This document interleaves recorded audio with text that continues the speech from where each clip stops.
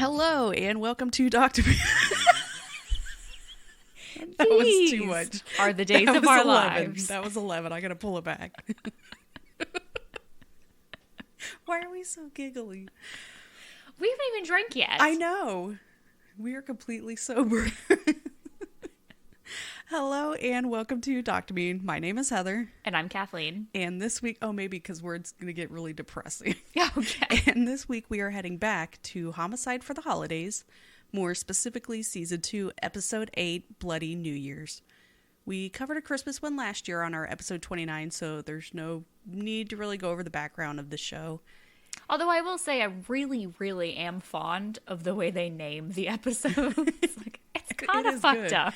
Like when you're looking like, okay, we want it based on this holiday. They make it very easy to figure out which holiday it is. Like, thanks, killing. It's like, okay, not to be dramatic. It is on the Oxygen Network, but since that's owned by NBC Universal, you can also watch it on the Peacock app, which I wish I had done last year because that Oxygen app sucks. So, how was your Christmas? Everything was like a Lifetime movie and the kids got along great? Husband surprised you with a brand new car and a trip to Paris? Oh, God, I hope not. After our trip? We're recording this on the 17th. I think it comes out the 28th. And I just spent, all of my life savings at Disney and Universal, so, It's the happiest place on earth. I don't know what the problem is. Well, there will be no Christmas. Okay, this is a short episode, so let's just get into this bonkers story. And I'm shocked I have never heard of this story. Had you heard of it? No. And, honestly, I feel like a lot of the, Homicide for the Holidays episodes I'm unfamiliar with. I mean, I don't know if I just don't pay too much attention to holiday crimes or what it is. Maybe it didn't happen in the U.S., so we don't pay attention. I don't know. The last 2 weeks we were in, for the most part, Texas, which is boring. But put on your toboggan hat with the fluffiest yarn poof on top, because this week we're going to Edmonton in beautiful Alberta, Canada. Aw, I'm sure they have snow. The gateway to the north. In 1892, Edmonton was incorporated as a town, 1904 as a city, and by the very next year, in 1905, it became the capital of Alberta. I don't know why I almost said yeehaw. It's not Texas. Yeehaw. Eh? I just thought it was crazy how quickly that happened. To go from the town to the capital of a province in 13 years. It be booming. Again, this is a short episode, so shut up.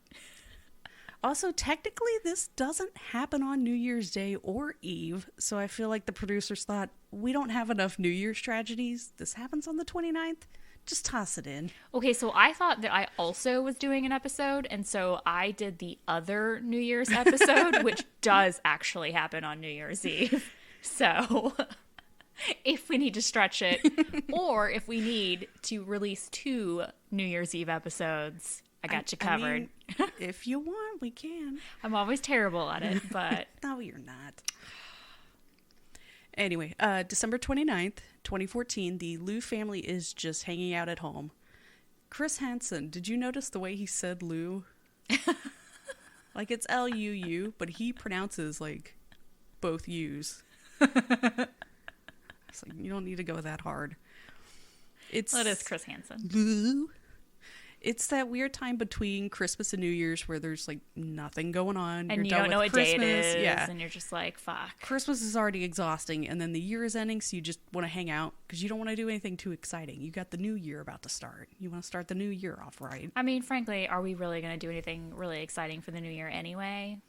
No. That's because we're just tired all the time. We're old. Give us a break. Even at work, I know I haven't worked for 2.5 years, but I still remember that weird week where nothing happens, and half the time that business would just close for the entire week. Okay, but then you always had that annoying asshole that would be like, bye, see you next year. I did it because I did it to be an asshole. I did it sarcastically. Oh, I was always an old man for us. Because I would do that. Oh, see you next year. Okay, see, that's... Finger guns. That's funny. So yeah, this time of year was special for 41-year-old David Liu and his 37-year-old wife, Cindy Duong. They had been... Do you mean Liu? Liu. They had been together for 15 years, and they met on New Year's. Based on context clues, you could tell Cindy's dead. And if the cops in this show try to tell me they think David killed her, I'm going to be pissed. You can just tell by the way he talks about her, he's still very much in love with her. He has that sparkle in his eyes. You know, like our husbands used to have? I was about to say, you mean it's not like a dead glaze? Every time you walk into a room. Or speak. You don't even have to speak. They just have that, like, oh, shit. They met at his dad's store when they were setting up fireworks, and she stopped by because she wanted to watch the fireworks. And even though he was normally a shy dude, he decided to talk to her. Aww. I don't know why, but yeah, it just sounds adorable. Soon after, they got married and eventually ended up with 3 adorable children.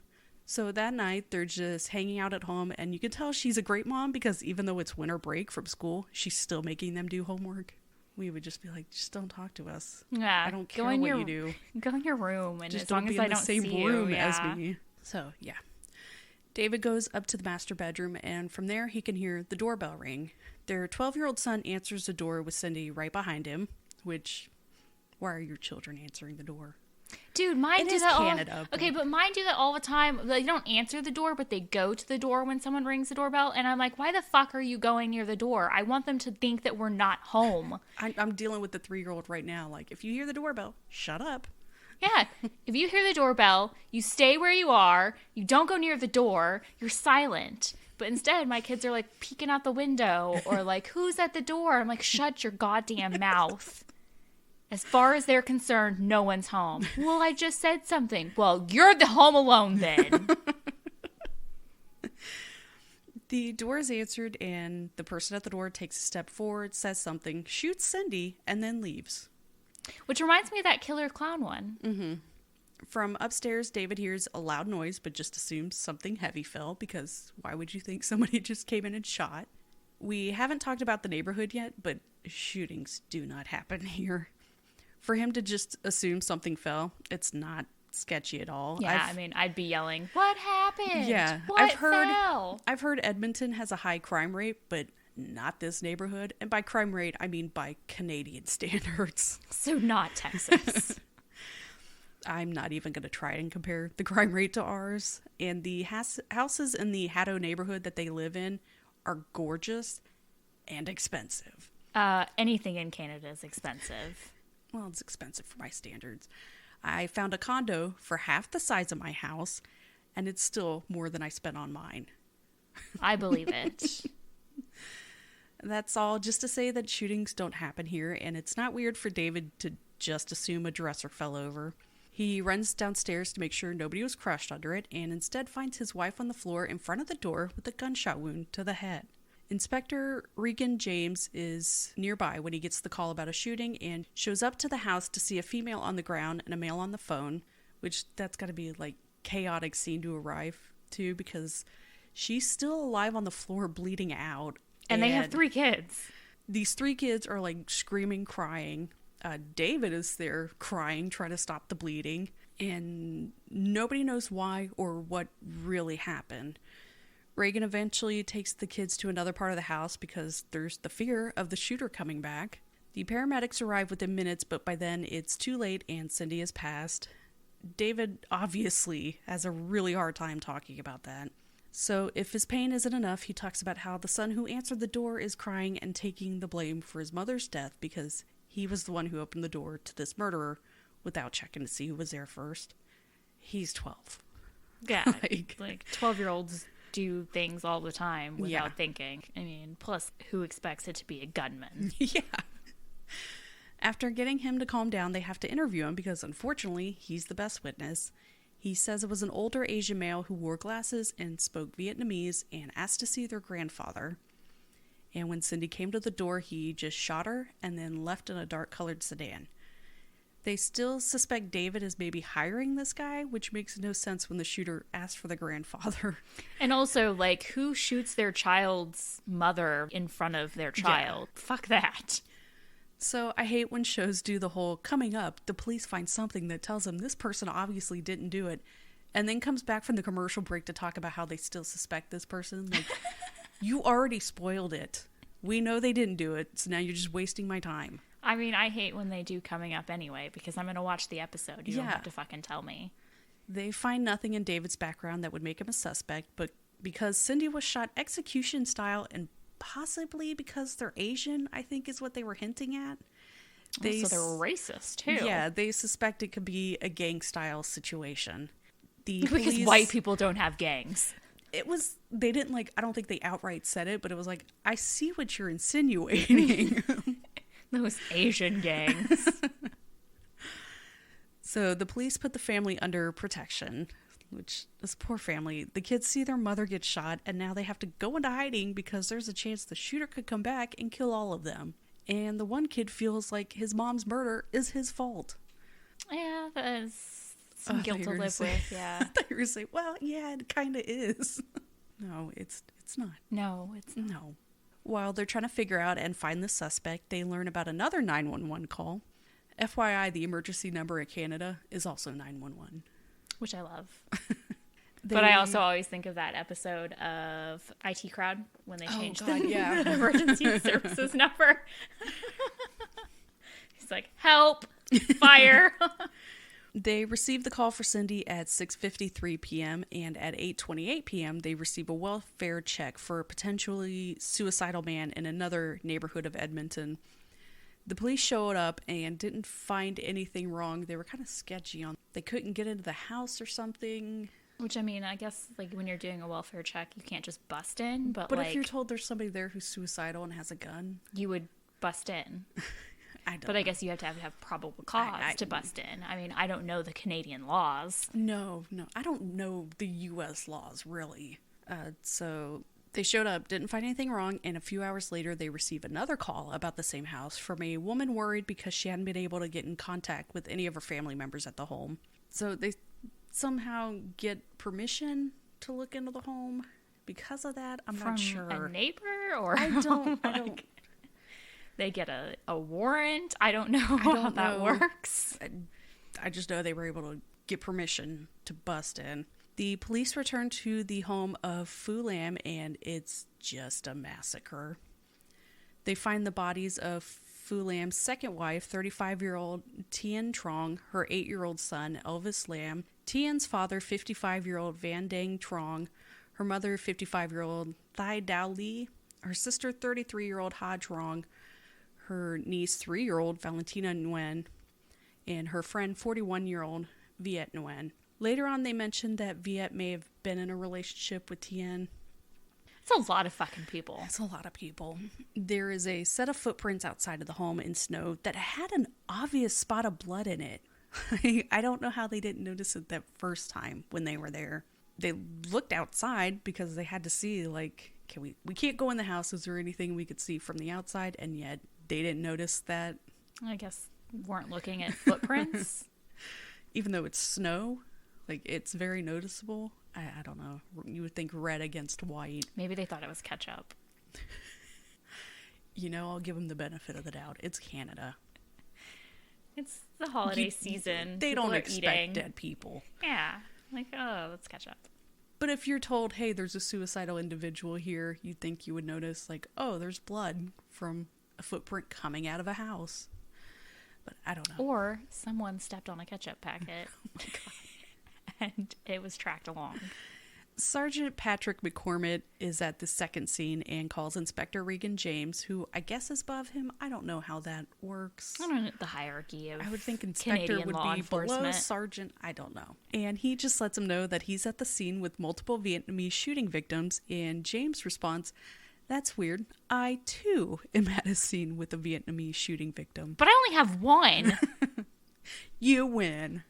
I don't want to go into as much detail as they did about this second crime scene. Because it'd be graphic. I will just say it was bloody. And in case you forgot that this occurred in Canada, McCormick mentions that one of the bullet holes was toonie sized. Did you catch that? Toonie. I do love the... Toonie being slang for the Canadian $2 coin. It's just classy. It's a lovely nickname. The Looney and a Toonie. Canada does not have shootings like this. If you look at the list of spree shootings in Canada on Wikipedia, it's a list of 15. Can you imagine? That's only like one page. Not even. That's only like 1 week here. I mean, the United States, you have to like expand list. Go by year and then by date. And then by state. So because they have 8 victims, 1 from the first scene and 7 from the second scene, they decide to go ahead and call the chief. I would think that's a good idea. Because they don't know when this shooting occurred, they have to check all the bodies to make sure none of them are the shooter. You know, glance around, see if any of them have a gun nearby. They also figure out based on drag marks that 3 of the victims were shot as they walked into the house, which that's so scary. Yeah, what a nice welcome. So whoever did this took their time waiting for people to come home. That's so just creepy. Ugh, which makes me think of all the family murders. Yeah. They were initially called to the home because of a suicidal man by the name of Fu Lam, and he is not here among the bodies. And guess who owns a dark-colored sedan that is missing from the driveway? Fu Lam's wife. And since she's unfortunately among the dead, I think we have our suspect. She probably didn't take it out for a spin. And let me tell you, Fu Lam is a fucking peach.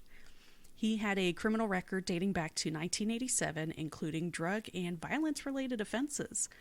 At this time, he was in bankruptcy proceedings and owed a large amount of money on at least a dozen credit cards due to a gambling addiction. Oof. A dozen credit cards. That is extensive. Yeah. I think I read that he was in $424,000 in debt, and it was quite a day. Looking at exchange rates for that time, and I hope my math was correct, it would have been about $364,000 in US dollars. It's a fucking house. That's more than a house. I mean, did they include his house? So, yeah, shit ton of money. He had been arrested twice in Edmonton alone for sexual and domestic assault. Oof, that's not good. So, 2 years previously, in November 2012, a complaint was filed against him after he threatened to kill his wife, Tian, and her family upon learning that Elvis was not his son. A few months later, the protection order she was granted had expired. I know the kid's name is Elvis, but, also, I thought you were going to say, upon learning that Elvis was not actually still alive. What? Okay. Sorry. You distracted me. A few months later, the protective order she was granted had expired. Hearing that happening in an abusive relationship isn't surprising, especially when he was the one who sponsored her and her family to live in Canada when they moved from Vietnam. So she might have felt like she owed him, not sure, just speculation. So luckily for police, a neighbor that they interviewed knows the license plate of the missing car because it was a vanity plate of Tien's son's name, and I think it was ELV1STT. I told my kid that I was going to get a vanity plate with her name, and she told me that she would never look at me again, so... Why? She was like, it wouldn't even fit. I was like, I won't make it fit. So yeah, Fu was a violent guy already who was in severe debt. The son he thought it was his isn't, and now his wife is beginning the new year with a new fella and wants him out of the house. The only thing the police can't figure out is the connection to Cindy Duong. They even asked David if he recognizes the name or a picture of Fu, and he has no idea who this man is. They're all Vietnamese, but they don't run in the same circles. Right, despite the misconception, they don't all know each other. Yeah, but you think you would since they're all in gangs. God. Asian gangs. They start tracing Fu's cell phone and are getting pings in Fort Saskatchewan, which is a city northeast of Edmonton, and not in Saskatchewan. It's also in Alberta. What a liar. You're a bunch of liars. Let's just go to Canada. I'm going to do it. And I may stay there because I really have to tell them how much they're a liar for years. While also getting free healthcare. Exactly. They find the missing car in front of a Chinese-Vietnamese restaurant with no frost on it, so they know it's been recently driven. Why would he just be hanging out at the restaurant in the middle of the night? The owner, his former common-law wife, had given him a key so that he could do maintenance work in the kitchen. What are you going to say? I was going to say, I bet he's not doing any maintenance work. It's going to be like the Bath school explosion. Oh God, what a disaster. Literally. After not being able to make contact with Fu inside the restaurant, Chris Hansen, the narrator, lets us know that the police are serious and call in the SWAT team. I didn't think that sounded right, so I looked it up, and in Edmonton they have what they call the tactical section. I get that it's the same thing, but let's show some respect for the regional phrases. After about 6 hours of not being able to get any response from inside the restaurant, they decide to enter. McCormick says they breached the glass, and the reenactment shows them just opening a door and walking in. But I found an article with pictures, and they drove a car into that building. Oh my God. I guess technically breaching the glass. None of those stories add up. So again, Canada's a liar. I just like them opening the door like, oh, why didn't we do this 6 hours ago? Why do you have to drive a car through it? Couldn't you just like smash it and go in like a fucking car? This isn't a 7-Eleven. Like, you don't have to do a smash and grab. So regardless, upon entering the building, they find Fu Lam deceased from a self-inflicted gunshot wound to the head. Or they ran him over. No. But all I can think is, what a piece of shit. He killed one wife that he abused for years and then went to another's wife business to kill himself. So now she can't, like, open that restaurant for a while. No, because she didn't have any front glass things. Tactical section. And the dead body. And the dead crime body. Scene. And the dead man. Not to mention killing another woman that we still don't know the connection to. They do verify that the gun he has is connected to the 8 murders. A part they never brought up, that not only that, it was a gun that had been reported stolen in 2006 in a city 12 hours away from Edmonton. How the fuck did he get it? Was it like, I had to search for that information. They didn't even mention that. Did he get it off the streets? Did he buy an illegal gun off the streets? I don't know. It was hot. It was reported stolen.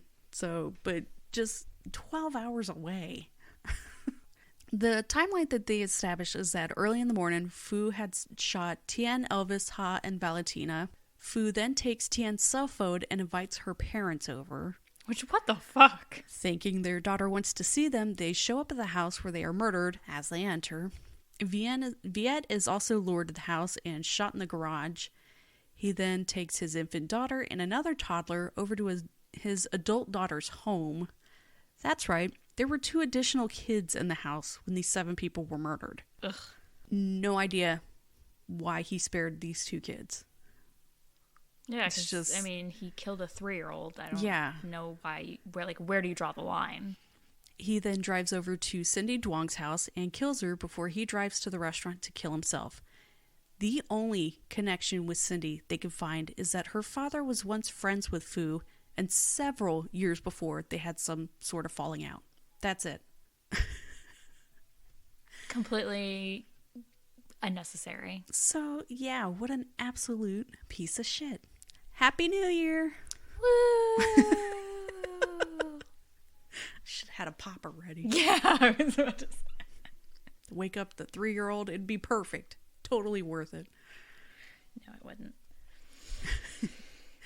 So, really, thanks for listening to us squawk this year. We've both had a pretty shitty year, so seeing the download numbers pumping has really helped us get through it. So as long as our kids don't get constantly sick, we should be more consistent with episodes next year.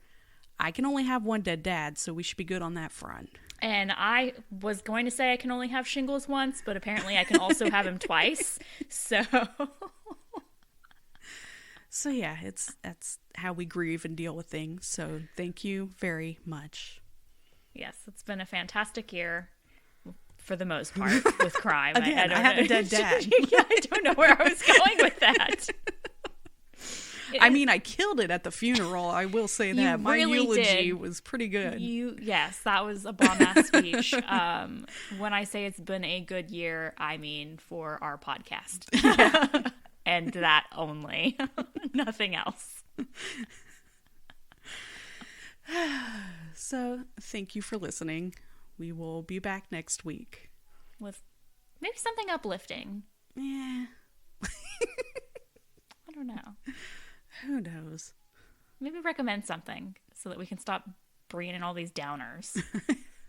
God, do your job. I mean, I appreciated the Toonie line, though. Oh, loonies and toonies. All right, goodbye. Bye. Thank you for listening to Doc to Me. The opening music is by Twisterium. For comments or suggestions, we can be reached by email at doctomepod@gmail.com. Find us on Twitter at doctomepod and find a link to our Facebook group in the show notes. Thank you.